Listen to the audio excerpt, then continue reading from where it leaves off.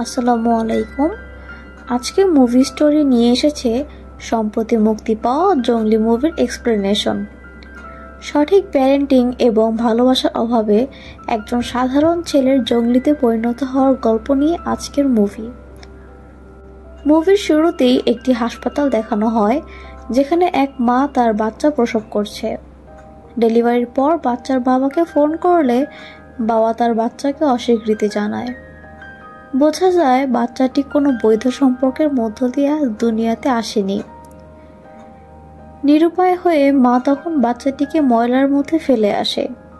এমন সময় ডাক্তার তিথি, যে কিনা তার বাচ্চা ডেলিভারি করিয়েছে, তার সামনে এসে দাঁড়ায় এবং তার কোল খালি কেন জিজ্ঞেস করে। মা কিছু বলার আগেই বাচ্চাটি কেঁদে ওঠে। তখন ডাক্তার ময়লার মধ্যে থেকে বাচ্চাটিকে তুলে এনে হাসপাতালে নিয়ে যায়।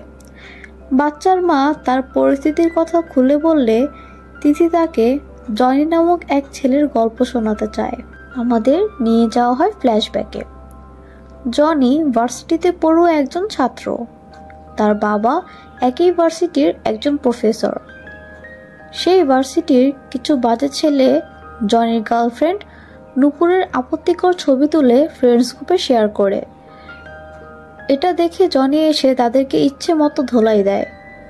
ভার্সিটিতে মারামারি করার কারণে প্রিন্সিপাল জনির বাবাকে অনেক কথা শোনায় এবং ছেলেকে শোধরানোর জন্য বলে। তিনি বাড়িতে এসে জনিকে থাপ্পড় মারে এবং নানা রকম কথা বলে অপমান করে। তখন জনি তার বাবাকে উল্টো দোষারোপ করে, বলে সে ক্রিকেট খেলে বড় কিছু হতে চেয়েছিল, কিন্তু তার বাবা তাকে দেয়নি। এই কথা শুনে তার বাবা তার স্ত্রীর মৃত্যুর জন্য জনিকে দায়ী করলে জনি ভীষণভাবে কষ্ট পায় এবং সেখান থেকে চলে যায়। জনি সান্ত্বনা পাওয়ার জন্য নূপুরের কাছে গেলে সে তার সাথে সারা জীবন থাকার প্রতিশ্রুতি দেয়। এরপর এক সকালে নূপুরকে কল দিলে জনি নূপুরের কল বিজি পায়। অনেকবার কল দেওয়ার পরেও যখন নূপুরের কোনো খোঁজ পাওয়া যায় না, তখন নূপুরের বান্ধবীকে ঠিকানা জিজ্ঞেস করে। সে প্রথমে মিথ্যা বললেও পরে নূপুরের ঠিকানা জনিকে দিয়ে দেয় আর বলে নূপুরের বিয়ে ঠিক হয়ে গেছে। জনি সাথে সাথে নূপুরের বাড়িতে যায়। গিয়ে দেখে নূপুর হাসি মুখে হাতে বিয়ের মেহেদি পড়ছে। জনি নূপুরকে নিয়ে চলে যেতে চাইলে নূপুর মানা করে এবং জনির সাথে প্রেম অস্বীকার করে। জনি রাগান্বিত হয়ে নূপুরের হবু জামাইয়ের মাথা ফাটিয়ে দেয়। তখন ওই বাড়ির সকলে মিলে জনিকে মারধর করে, পুলিশে ধরিয়ে দেয়। থানায় গিয়ে জামিন পাওয়ার আশায় নিজের বাবাকে কল করলে সেও জনিকে চেনে না বলে ফোন কেটে দেয়। 2 দিন পর জনি জেল থেকে বের হয়ে সোজা বাড়িতে যায়। নিজের সকল ব্যাগপত্র গুছিয়ে আর মায়ের ছবি সাথে নিয়ে বাইকে করে অজানার উদ্দেশ্যে চলে যায়। এরপর আমাদের এক আদালতের সিন দেখানো হয়, যেখানে পাখির নামক এক বাচ্চাকে নিয়ে তার বাবা মায়ের মধ্যে ঝামেলা হয়। পাখির দায়িত্ব তার বাবা এবং মা কেউই নিতে চাচ্ছেন না। সেখানে সুজন শাহ নামে এক সাংবাদিককে দেখানো হয়, যিনি ভাইরাল বিডি নামে নিউজ চ্যানেল পরিচালনা করে। একদিকে সাংবাদিকেরা পাখির বাবা মায়ের মধ্যে ঝামেলার কারণ নিয়ে নিউজ রিপোর্ট করছিলেন, অন্যদিকে পাখি এক বেলুনওয়ালির মেয়ের সাথে খেলা করতে করতে তাদের সাথে অনেক দূরে চলে যায়। বেলুনওয়ালি তার মেয়েকে নিয়ে এক বাসে উঠে যায়, সঙ্গে পাখিও তাদের পিছন পিছন উঠে যায়। সেখানে গিয়েও বেলুনওয়ালির মেয়ের সাথে সে খেলা করতে করতে ঘুমিয়ে পড়ে। একটা সময় বাসের সকল যাত্রী নেমে গেলে বাসের হেল্পার খেয়াল করে একটি বাচ্চা মেয়ে ঘুমিয়ে আছে। পরে পাখিকে তারা রাস্তায় নামিয়ে দেয়। ছোট্ট মেয়েটি কোথায় যাবে কিছু বুঝতে না পেরে রাস্তায় রাস্তায় ঘুরে বেড়ায়, মানুষের ফেলে দেওয়া খাবার পুড়িয়ে খেতে থাকে। এরপর দেখা যায় এক বিয়ের বরযাত্রীর দল রাস্তার মধ্যে আনন্দ করছে। অন্যদিকে একটি অ্যাম্বুলেন্স রোগী নিয়ে দাঁড়িয়ে আছে। তখন জনি বরযাত্রী দলকে মেরে রাস্তা থেকে তাড়িয়ে দেয় আর অ্যাম্বুলেন্স হাসপাতালে যাওয়ার ব্যবস্থা করে দেয়। এই ঘটনাটা পাখি দেখে মুগ্ধ হয়ে যায়। সেও জনির পিছন পিছন তার বাড়িতে চলে আসে। জনি মদ খেয়ে ঘুমিয়ে থাকে বলে সে কিছুই টের পায় না। পরদিন সকালে ঘুম থেকে উঠে বাথরুমে পাখিকে দেখে একটু ভয় পেয়ে দেয় জনি। মেয়েটিকে নাম জিজ্ঞেস করলে সে উত্তর দেয় না। তখন জনি মনে করে হয়তো মেয়েটি বোবা, তাই তাকে খাতা কলম দিলে এক পাখির ছবি এঁকে তার নাম বোঝায়। তারপর জনি ওকে বাসা থেকে বের করে দেয়। এরপর সিন চলে যায় এক গ্যারেজে, যেখানে জনি কাজ করে। সেখানে গিয়েও জনি এক কাস্টমারের সাথে বাজে ব্যবহার করে, তাকে ধরে মারে। রাতে বাসায় যাওয়ার পর মাদকাসক্ত জনি পাখিকে মরীচিকার মতো কল্পনা করতে থাকে। সে দেখতে পায় পাখি তখন জনিকে জঙ্গলি বলে ডাকছে। একটা সময় জনি ঘুমিয়ে গেলে সত্যি সত্যি পাখি তার বাড়িতে আসে, তার খাবার খায়। সকালে ঘুম থেকে উঠে জনির সন্দেহ হয় হয়তো মেয়েটি তার বাসায় লুকিয়ে আছে, আর তার সন্দেহই সত্যি হয়। মেয়েটিকে সে আবারও বাসা থেকে বের করে দেয়। কিছুক্ষণ পর দাঁত ব্রাশ করতে করতে জনি তার বাসার ময়লা প্রতিবেশীর বাড়িতে ছুঁড়ে মারে। ঘরে ফেরার সময় জনি কিছু পড়ার শব্দ পায়। দৌড়ে গিয়ে দেখে পাখির কারণে তার বাইক পড়ে গিয়েছে। জনি রাগান্বিত হয়ে পাখির গলা চেপে ধরে।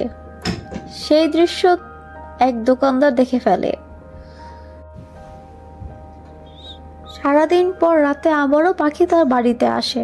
এইবার জনির মন একটু নরম হয়। সে পাখিকে খেতে দেয় আর নিচে পাটিতে ঘুমাতে দেয়। পরের দিন সকালে প্রতিবেশীর এক মোটা ছেলে তাদের বাসায় ময়লা ছুঁড়ে মারার কারণে জনিকে শাসানোর চেষ্টা করলে জনিই তাকে উল্টো ধমক দেয়।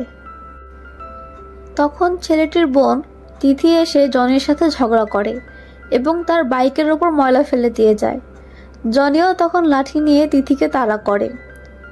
তিথিও বাসায় গিয়ে খুব বড়াই করে বলে যে সে জনিকে ইচ্ছামতো শায়েস্তা করে এসেছে।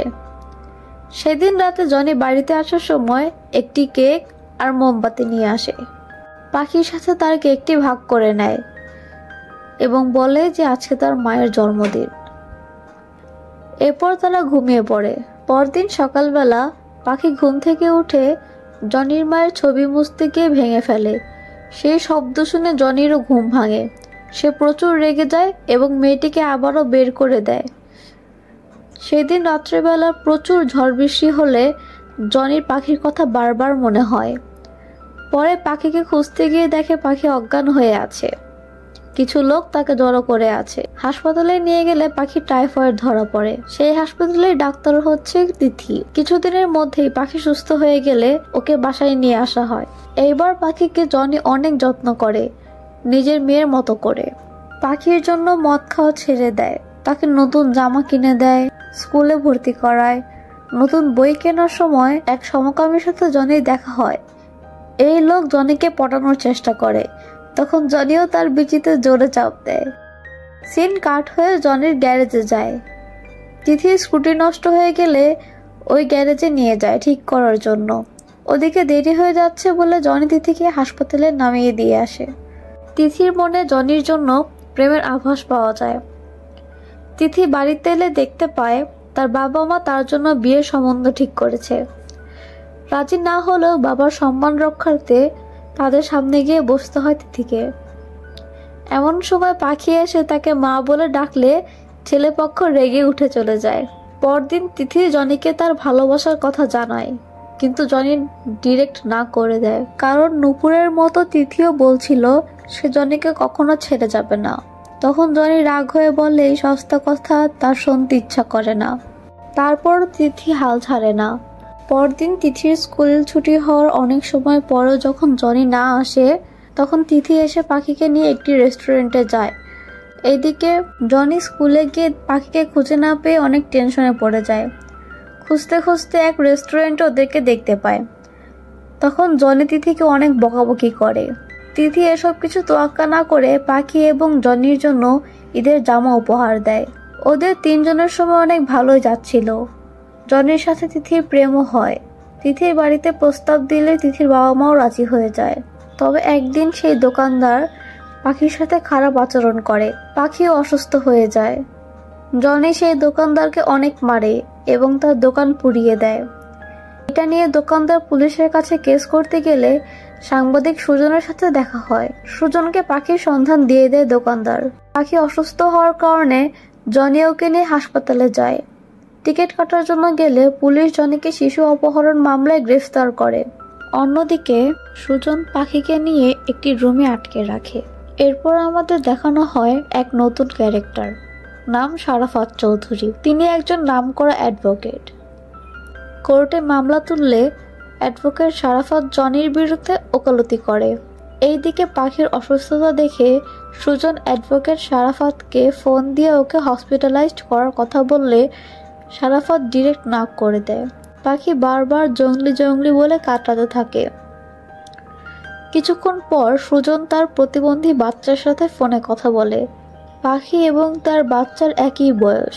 এইদিকে বাচ্চা তাকে বাবা বলে ডাকছে, ওইদিকে পাখি জঙ্গলি জঙ্গলি বলে ডাকছে। সে এরকম মানসিক চাপ সহ্য করতে পারে না এবং অবশেষে তার মনুষ্যত্ব জেগে ওঠে।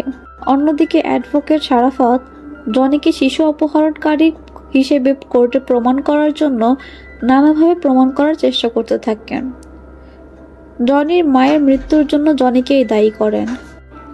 এছাড়া পুলিশ, প্রিন্সিপাল, দোকানদার এদেরকে সাক্ষী হিসেবে দাঁড় করা জনির বিরুদ্ধে।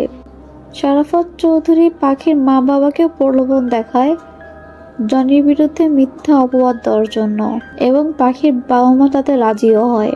এসব কিছু শারাফাত করছিল শুধু নিজেরকে ভালো প্রমাণ করার জন্য। সামনে সে ইলেকশন করবে, যাতে তার ব্যাপারে একটা পজিটিভ ধারণা হয়, সে মানুষের উপকার করে, এটা দেখানোর জন্য সে এরকম অন্যায় কাজ করছিল। অন্যদিকে সুজন শাহ লাইভে এসে তার নিজের করা সব অন্যায় এবং শারাফাতের সকল অপকর্ম ও জনির বিরুদ্ধে মিথ্যা মামলা দেওয়ার কথা দেশবাসীকে জানিয়ে দেয়। একই সাথে জানায় পাখির জন্ম থেকেই হার্টে ফুটো রয়েছে এবং তার নিউমোনিয়া হয়েছে। পাখি এখন আইসিইউতে ভর্তি। সে বারবার জঙ্গলি জঙ্গলি বলে ডাকছে। ডাক্তার বলেছে পাখিকে জঙ্গলির সাথে দেখা করাতে হবে, না হলে পাখির শারীরিক অবস্থা আরো খারাপ দিকে যাবে। এই ভিডিওটি জনির বাবা কোর্টে পেশ করেন। ভিডিওটি দেখে জনির পক্ষের উকিল জনির ওপর সকল মিথ্যা মামলা প্রত্যাহার ও জনির সাথে পাখির দেখা করার আবেদন জানায়। জনি তখন মুখ খুলে এবং আমাদের সমাজের বাবা মায়ের জন্য গুরুত্বপূর্ণ এক মেসেজ দিয়ে যায়। শুধুমাত্র জন্ম দিলেই বাবা মা হওয়া যায় না। সঠিক প্যারেন্টিংই পারে বাচ্চাকে ভালো মানুষ তৈরি করতে। অন্যথায় ভালোবাসা ও প্যারেন্টিংয়ের অভাবে জনির মতো মানুষ জঙ্গলিতে পরিণত হয়। মামলা থেকে মুক্তি পেয়ে জনি হাসপাতালে যায়। জনি বারবার করে আম্মু আম্মু বলে পাখিকে ডাকতে থাকে। পাখির সাথে জনি ইয়েস পাপা, পাখির সাথে জনি জনি ইয়েস পাপা কবিতা বলতে থাকে। পাখিও তার উত্তর দিতে থাকে। জনি ওপেন ইওর মাউথ বলার পর পাখি আর উত্তর দেয় না। তার ছোট্ট জীবনের প্রদীপ ওইখানেই নিভে যায়। অনেক হৃদয় বিদারক এক দৃশ্য, যে কারো কান্না চলে আসবে এই দৃশ্য দেখে। রক্তের সম্পর্ক না হয়েও আত্মার সম্পর্কের বাবা আর মেয়ের এক অতুলনীয় সম্পর্ক দেখানো হয়েছে। এখানেই তিথির গল্প বলা শেষ। বাচ্চার মা তখন জনিকে দেখতে চাইলে তাকে নিয়ে তিথি তাদের চাইল্ড হোমে নিয়ে যায়, যেখানে আরো অনেক বাচ্চা থাকে। জনি আর তার পরিবারের সকলে মিলে চাইল্ড হোমটি চালায়। মেয়েটির সাথে জনির দেখা হলে জনি বাচ্চাটাকে রেখে দিতে চায়। তখন মা বলে বাচ্চা সে কাউকে দিবে না, বাচ্চার বাবা না থাকুক, বাচ্চার জন্য সে নিজে যথেষ্ট। সেই বাচ্চার বাবা, সেই বাচ্চার মা। তখন জনি বাচ্চার নাম কি ঠিক করেছে তা জিজ্ঞেস করলে তিনি উত্তর দেয় পাখি। এভাবে এক অসাধারণ মুভি শেষ হয়ে যায়। মুভিটি আপনাদের কাছে কেমন লাগলো তা আমাকে অবশ্যই কমেন্টে জানাবেন। এরকম আরো সুন্দর সুন্দর মুভির এক্সপ্লেনেশন পেতে চ্যানেলটি সাবস্ক্রাইব করে রাখুন এবং লাইক দিয়ে পাশেই থাকুন। ধন্যবাদ।